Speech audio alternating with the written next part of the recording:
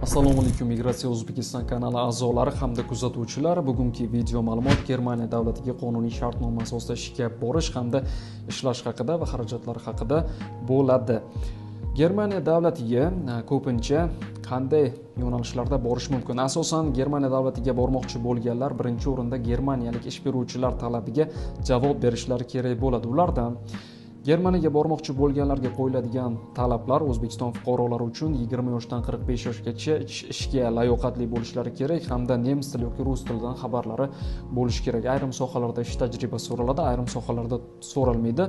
Erkaklar uchun qilinadigan ishlar yuk mashinasi, fura yuk mashinalarini haydash bo'ladi va bunda haydovchilik guvohnomalari va ish tajribalari so'raladi hamda ayol va erkaklar uchun sklad ishlari, omborxonalarda upakovka, ya'ni o'zbek tilida aytganda qadoqlash ishlarida ishlasa bo'ladi va ayollar uchun asosiy keng tarqalgan ushbu Germaniya bo'yicha hamshiralik sohasida ishlashlari mumkin bo'ladi. Xo'p, Germaniyaga ishga borish uchun O'zbekiston tashqi mehnat migratsiyasi yoki xohishingizga qarab xususiy bandlik agentliklari orqali shartnoma tuzib, qonuniy yo'l bilan Germaniya davlatiga ishga borishingiz mumkin bo'ladi. Albatta, bu yerda xarajatlar bor. Xarajatlari siz uchun firmadan foydalanmoqchi bo'lsangiz, firma to'lovi hamda o'zingiz alohida Germaniya davlatiga aviachipta sotib olasiz va to'lov firma to'lovidan tashqari hamda kerak bo'ladigan o'zingizning hujjatlaringizni firmaga topshirasiz va bu yerda germaniyalik ish beruvchi bilan suhbat bo'ladi yoki firma tomonidan foydalanganingiz uchun suhbat bo'lmasligi ham mumkin. Xo'p, xususiy bandlik agentligini aytib o'tdim va O'zbekiston tashqi mehnat migratsiyasi tomonidan Germaniyaga bormoqchi bo'lsangiz, germaniyalik ish beruvchilar bilan sizni suhbat bo'ladi. Bu yerda suhbatdan o'tganingiz bilan sizni Germaniya davlatiga hujjat ishlari boshlanadi.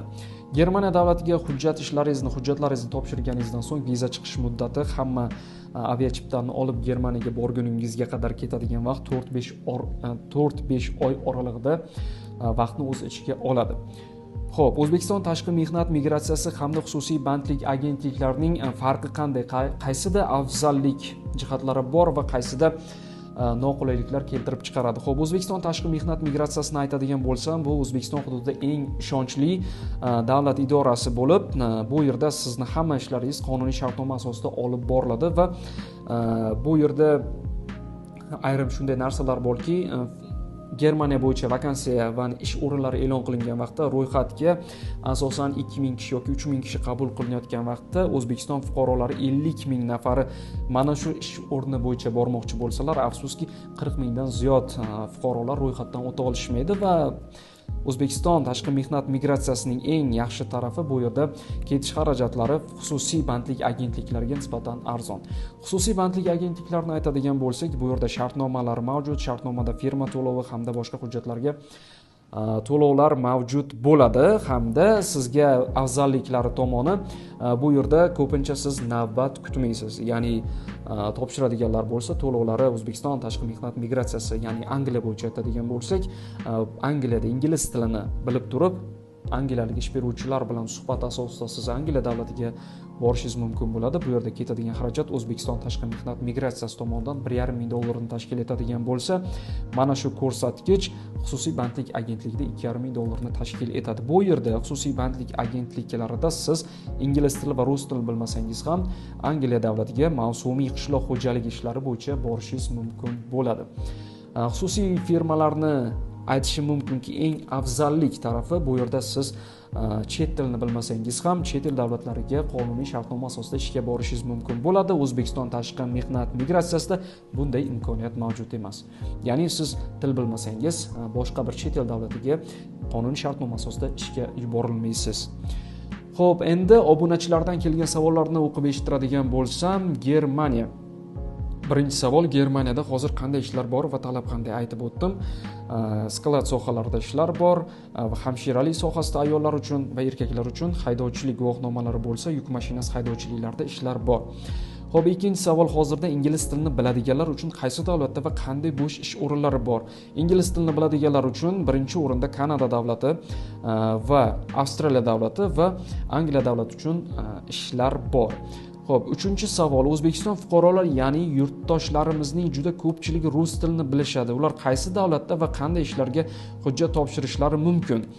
Xo'p, rus tilini biladigan fuqarolar O'zbekistonda va chet el davlatlarida bo'lgan yurtdoshlarimiz juda ko'p. Ular birinchi o'rinda Rossiyaga qonuniy shartnoma asosida borishlari mumkin, Qozog'istonga ishga borishlari mumkin va Angliya mavsumiy ishlari bo'yicha rus tilidan suhbatdan o'tib 6 oylik ishchi viza asosida borishlari mumkin va Germaniya yo'nalishi bo'yicha ham rus tili talab etilgan sohalarda rus tili orqali suhbatdan o'tib Germaniya davlatiga ishga borishlari mumkin bo'ladi va bu yerda Bolgariya davlatiga ham, Ruminiya davlatiga ham, qolaversa Xorvatiya davlatiga va yana 3-4 ta Yevropa davlatlariga mana shu rus tili til talabi bo'yicha qonuniy shartnoma asosida ishga borishlari mumkin bo'ladi. Xo'p, keyingi savol O'zbekiston tashqi mehnat migratsiyasi hamda XBA, ya'ni xususiy bandlik agentligi afzalliklari va qulayliklari. Buni ham aytib o'tdim.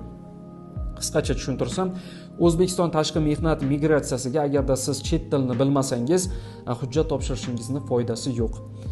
Tashqi mehnat migratsiyasi mana shunday imkoniyatlar bor va xususiy bandlik agentliklarida esa ingliz, rus, umuman chet tilini bilmasangiz ham chet el davlatiga sizga ishchi viza qilib berishadi. Xo'p, yana eng muhim savol, yana bir eng qiziq va muhim bo'lgan savol, umuman chet tilini bilmaydiganlar chet elga qonuniy shartnoma asosida qaysi davlatga va qanday ishlarga borishlari mumkin? Xo'p, chet tilini bilmaydigan O'zbekiston fuqarolari hozirda Angliya davlati va Koreya davlati hamda Germaniya davlatiga ishga borishlari mumkin bo'ladi. Germaniya davlatiga asosan talabalar borishlari mumkin. Ishchi viza orqali til bilmasdan borib bo'lmaydi. Angliya davlatiga mavsumiy ishlarda firma tomonidan hujjat topshirib, chet tilini bilmasangiz ham qonuniy shartnoma asosida 6 oylik ishchi vizadan foydalanib ishlab kelishingiz mumkin bo'ladi. Koreya davlatini aytib o'tadigan bo'lsam, Janubiy Koreyada siz ish tajribangiz bo'lsa, svarka rus tilida, o'zbek tilida, payvandlash sohasida va boshqa ishlarda, elektrik sohalari, bo'yoqchilik sohalarida borishingiz mumkin bo'ladi. Kanada davlatiga bu ham firma orqali, xususiy bandlik agentliklari orqali borishingiz mumkin bo'ladi. Aytib o'taman, xususiy bandlik agentliklari O'zbekiston tashqi mehnat migratsiyasiga nisbatan to'lov xarajatlari $500 dan $1000 sal oshiqroq bo'ladi, lekin bunda siz chet tilini bilmasangiz ham qonuniy shartnoma asosida ishga borishingiz mumkin bo'ladi. O'zbekiston tashqi mehnat migratsiyasida afzalliklari bu siz ish bilan ta'minlanasiz, xususiy bandlik agentligida ham shunday, hamda siz chet tilini bilmasdan O'zbekiston tashqi mehnat migratsiyasiga hujjat topshirib, hech qaysi davlatga afsuski bora olmaysiz. Xo'p, sizga bermoqchi bo'lgan ma'lumotlar mana shu.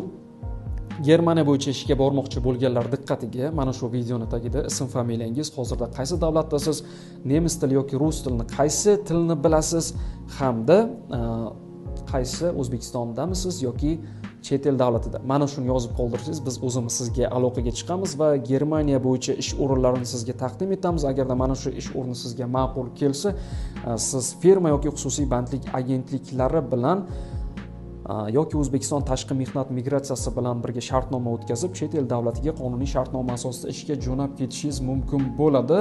Obunachilardan kelgan eng asosiy savollarga ham javob berib o'tdim.